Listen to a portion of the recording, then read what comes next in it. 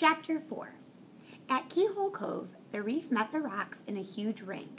On one side were the worn gray rocks where the sea lion sat, and on the other the harsh black rocks of the wild east coast. Inside the ring, the water was calm and a light clear blue.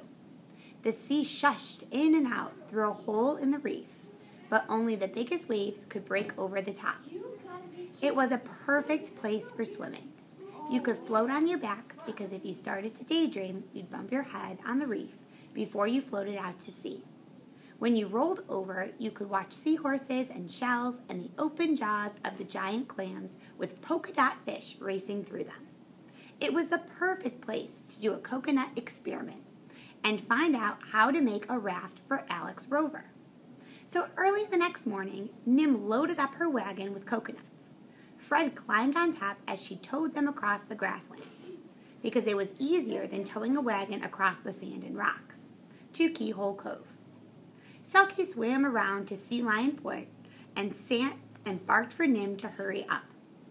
But Nim got another load and then another, till she had 20 fat coconuts heaped on the rocks, and then she hurled them into the water one by one. The coconuts bombed in and bombed out. Selkie barked louder and louder. Fred got so excited he dived in with the last one. Nim and Selkie jumped in too. There was still lots of room in the cove, even with 20 floating coconuts. Lots of room for Nim to float and somersault and stand on her hands, and for Fred to dash and dive, and for Selkie to swish-splash the water through the keyhole rock. When Selkie was bored with splashing, she grabbed Fred by his tail. It was Selkie's favorite game, but she was so big and Fred was so little that it really wasn't fair. Fred's legs whirled. He paddled faster and faster, harder and harder, but he couldn't get anywhere. "Leave him alone, Selkie," Nim shouted, but it was hard enough to not laugh. And Fred sulked at the bottom of the cove with Selkie finally letting him go. Just before sunset, Nim tried to phone Jack again, just in case he'd forgotten, just in case his phone had been broken and now it was fixed. But there was still no answer. It was 2 days since he'd phoned. If he didn't come here tomorrow, she could send an SOS. Go find Jack. But Jack wouldn't want help, and she didn't want to send it. She walked up to the pool to fill her water bottle and pick more peas for dinner. He'll be home in the morning, she thought. Something will happen. And something did. A bird dived to scoop a drink from the pool. Sticking out from his leg band was a rolled-up piece of paper. It was easy to call if you had a fish, but Nim didn't. "Come here," she coaxed. "Come to me." The big bird teased and soared, turned and dived. He swooped over Nim, so low that his wings brushed her hair, and so slowly that she could pull the letter out of the band. "Dear Nim, I figure if I offer Galileo a fish, he'll let me post this letter to you.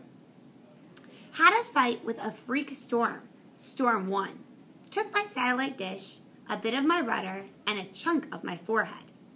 Can't figure out if I've slept for 1 day or 2. Don't send an SOS. It'll take more than a broken rudder to stop me from getting home. Love, as much as a frigate bird loves fish, Jack." Nim ran all the way down the hill, waving the letter in one hand and the water bottle in the other. "Jack's okay," she sang, and swung Fred in a crazy jig around Selkie. "He'll be home soon." Then she wrote 2 letters. "Dear Jack, I was so happy when Galileo gave me your letter.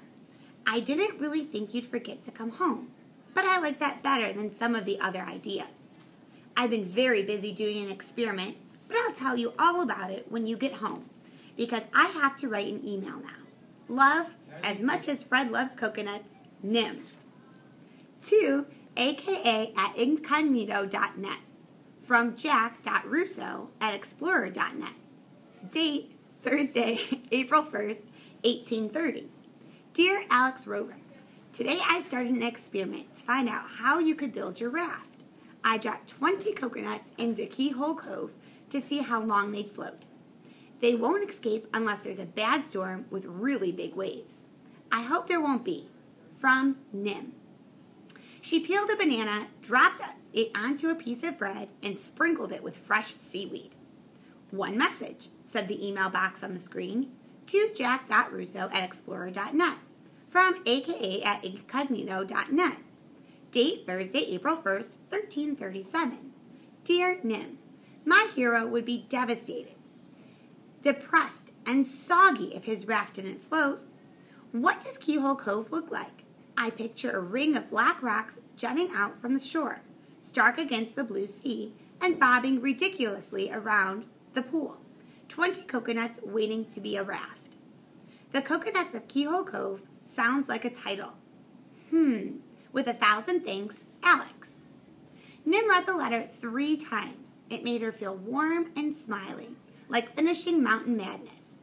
And when Alex Rover described Keyhole Cove, it was as if he knew the island, and Nim too. Chapter 4.